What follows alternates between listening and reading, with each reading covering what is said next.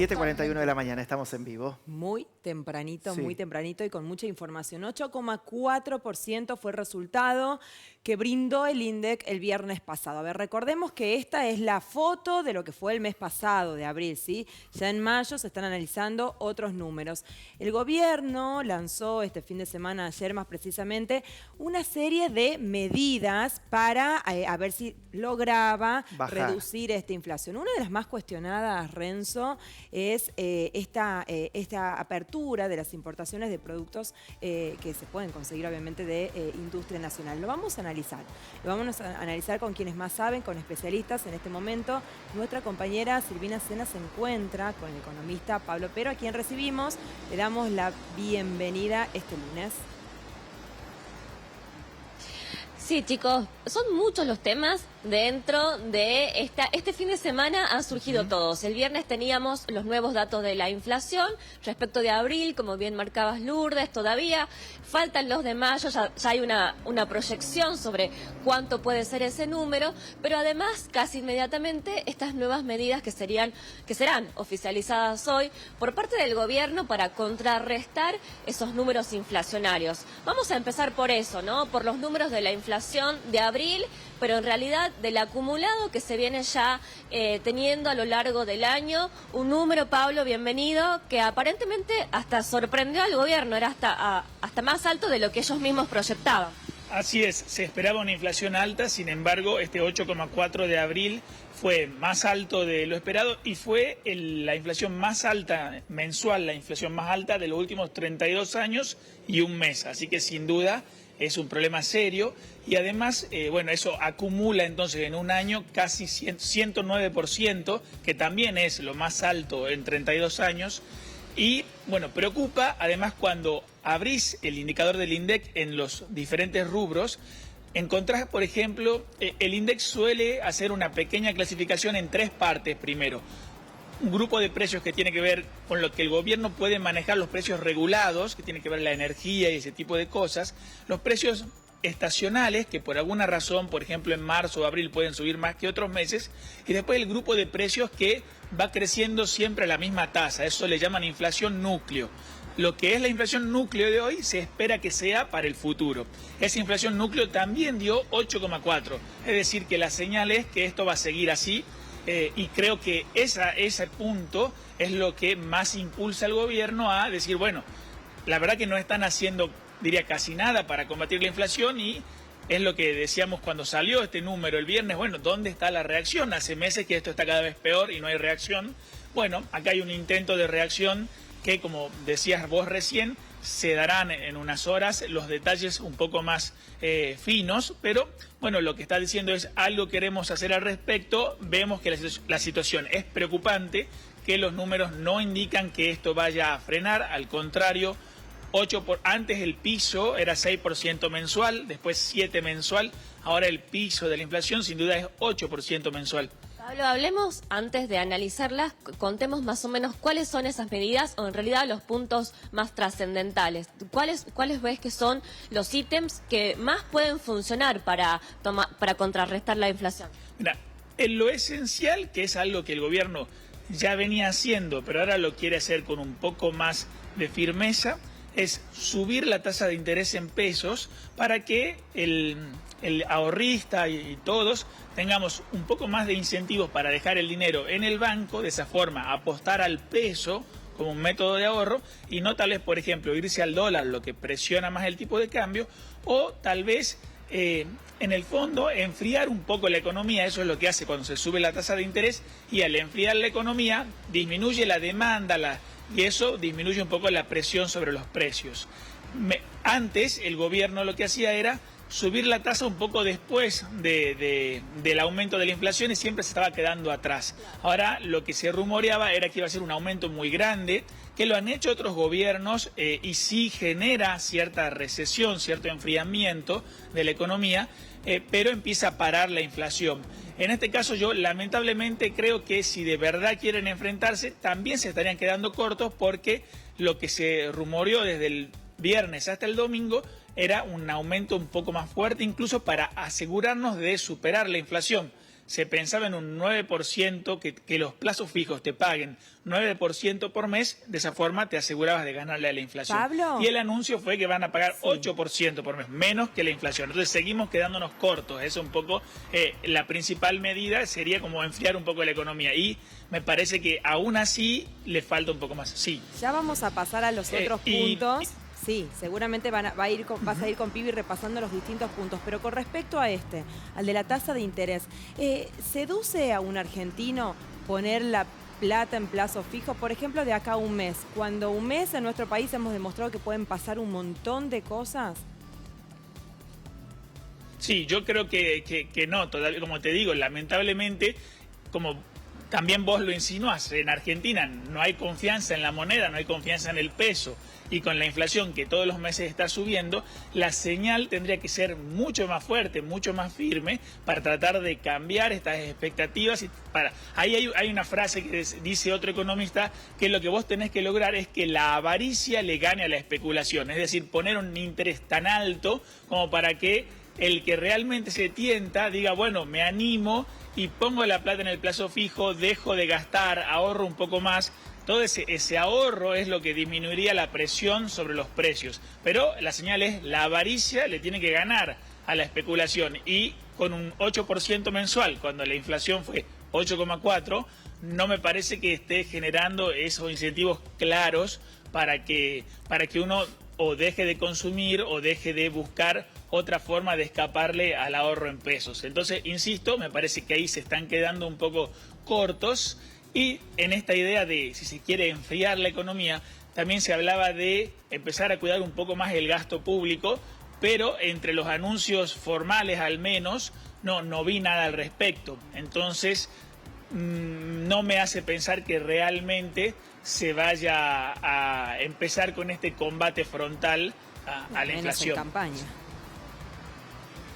Menos en campaña, eso es lo que... Mira, yo creo que ya sería hora, ya hace mucho tiempo, de empezar a enfrentarla realmente, y con los últimos números creo que ya no hay excusas, pero el gobierno, tiene este problema que no quiere hacerlo en tiempos electorales. Una de las medidas esenciales sería empezar a cuidar el gasto para que no haga falta emitir más dinero, sí subir la tasa de interés durante un tiempo. ¿Por qué? Porque no solo es dejar de emitir, sino, en línea con algo que vos insinuaste, empezar a convencer a la población de que vale la pena tener pesos, de que vale la pena invertir en pesos. Sí, hay que empezar a cambiar las expectativas, hay que empezar a afectar lo que la gente cree sobre nuestra moneda. Y eso solo lo vas a lograr con medidas muy fuertes y muy claras.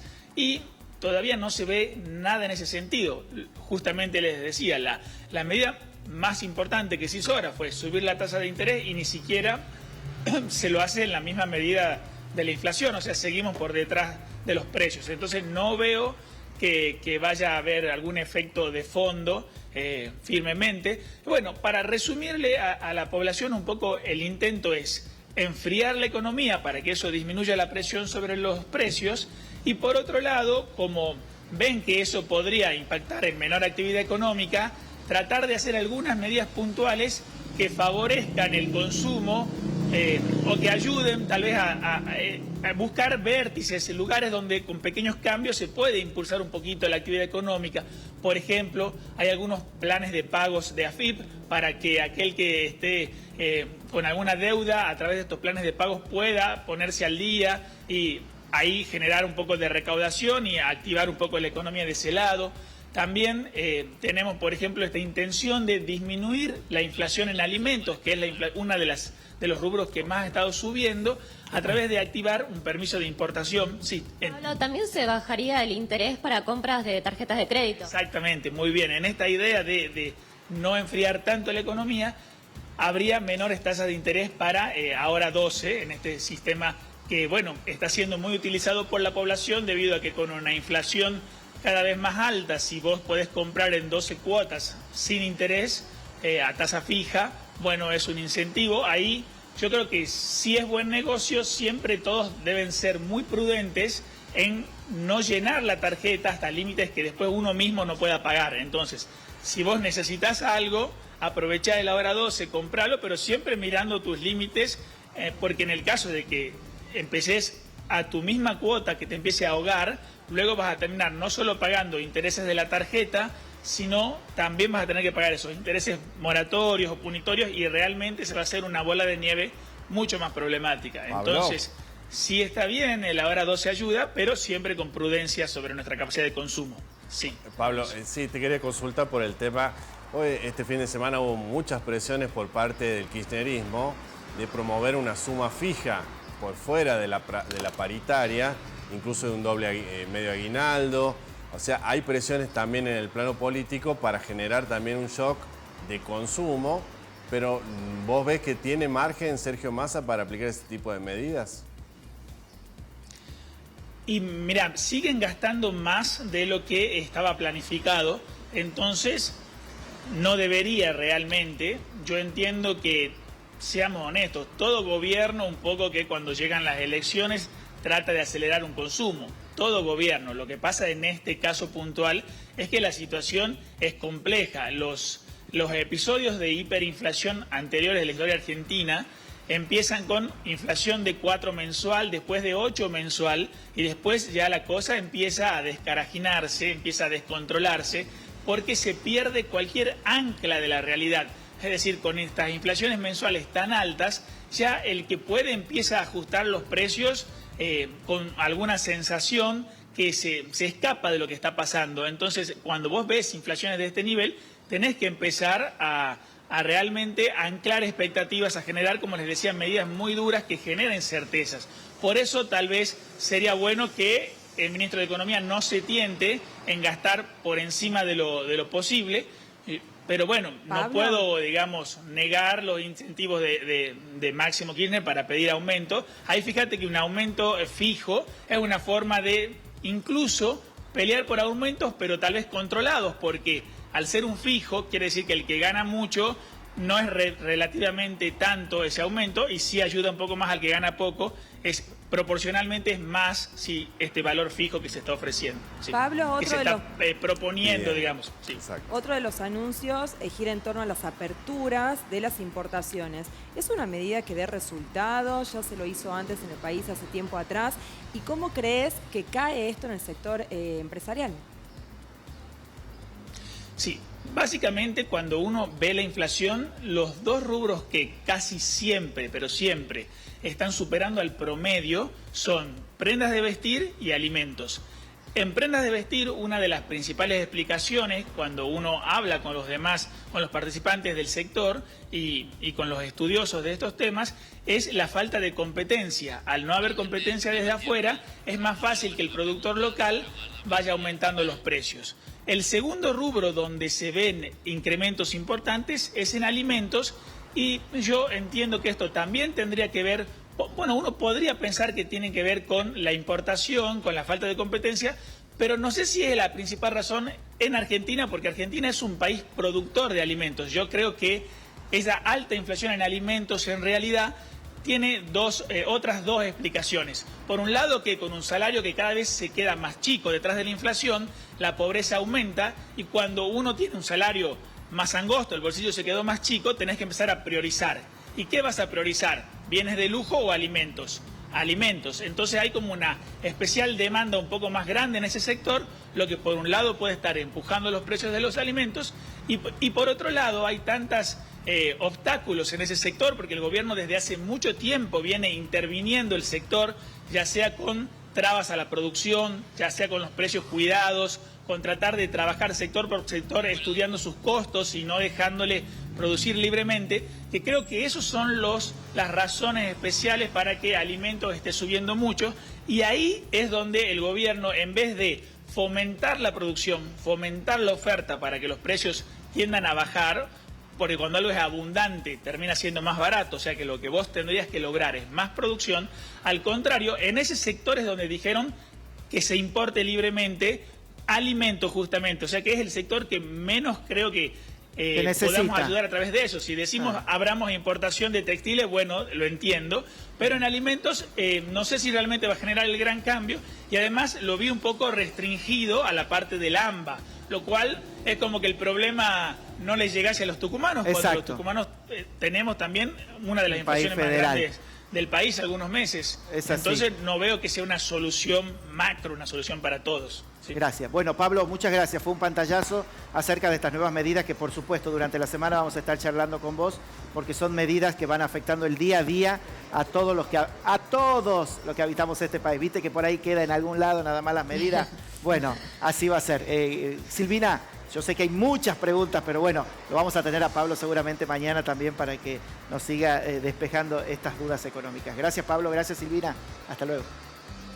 Hasta luego. Hasta luego.